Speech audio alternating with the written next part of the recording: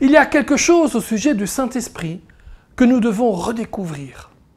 En raison d'un manque de connaissance de l'Esprit Saint, beaucoup de croyants sont frustrés, faillis et infructueux. Beaucoup ignorent les grandes ressources dont ils disposent par le Saint-Esprit.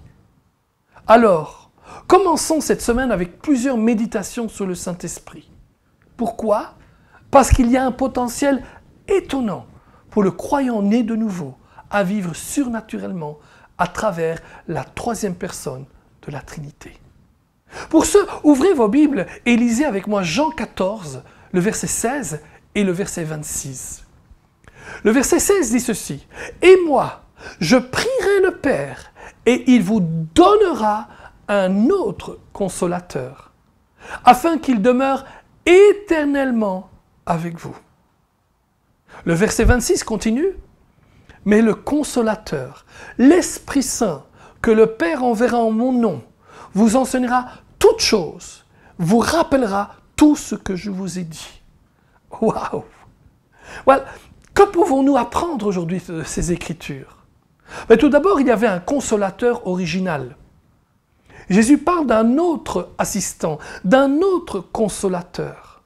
Le mot grec est clair, c'est un autre du même genre. Par exemple, si vous me donniez une pomme, une golden par exemple, et que je vous en redonne une autre, ce serait toujours une pomme et toujours une golden, donc une pomme du même type. Ainsi, Jésus parle de l'Esprit Saint qui est un autre aidant du même genre que le précédent. Lequel? Jésus. L'Esprit Saint vous aide de la même manière que Jésus aidait les disciples en son temps. Cela signifie que vous n'avez pas besoin d'avoir Jésus côte à côte avec vous dans la chair aujourd'hui. Si vous avez le Saint-Esprit, c'est plus que suffisant parce qu'il est le même genre d'assistant que Jésus était. On voit aussi que c'est un faiseur de disciples. C'est la deuxième chose que nous pouvons voir directement dans ces versets. Comme le Saint-Esprit, comme Jésus, le Saint-Esprit est un enseignant, un superviseur, un instructeur. Il est le parfait et le plus excellent faiseur de disciples. Vous souvenez-vous qu'ils ont appelé Jésus Rabbi? Eh bien, vous pouvez dire la même chose du Saint-Esprit. Il est votre Rabbi, c'est-à-dire votre maître et enseignant pour aujourd'hui. Nous voyons aussi la principale méthode d'enseignement de notre consolateur. Il enseignera toutes choses. 2, il vous rappellera tout ce que j'ai dit. Voyez-vous, c'est ainsi qu'il nous enseigne, en nous instruisant et en nous rappelant. C'est-à-dire par la répétition constante.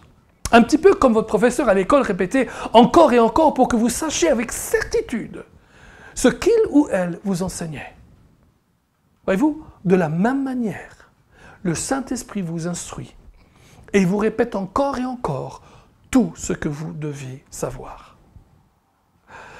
Alors, qu'est-ce qu'il a besoin de vous pour devenir votre grande aide, votre grand assistant? Il a certainement besoin que vous receviez son ministère pour vous. Il a besoin de vous pour écouter ses paroles, pour recevoir ses paroles, pour méditer sur ce qu'il vous dit, et ensuite pour pratiquer et obéir sa parole. En faisant cela, vous entrerez dans une nouvelle relation merveilleuse avec le Saint-Esprit, la troisième personne de la Trinité. Alors dites-le avec moi. Viens, Esprit Saint, enseigne-moi, je t'écoute.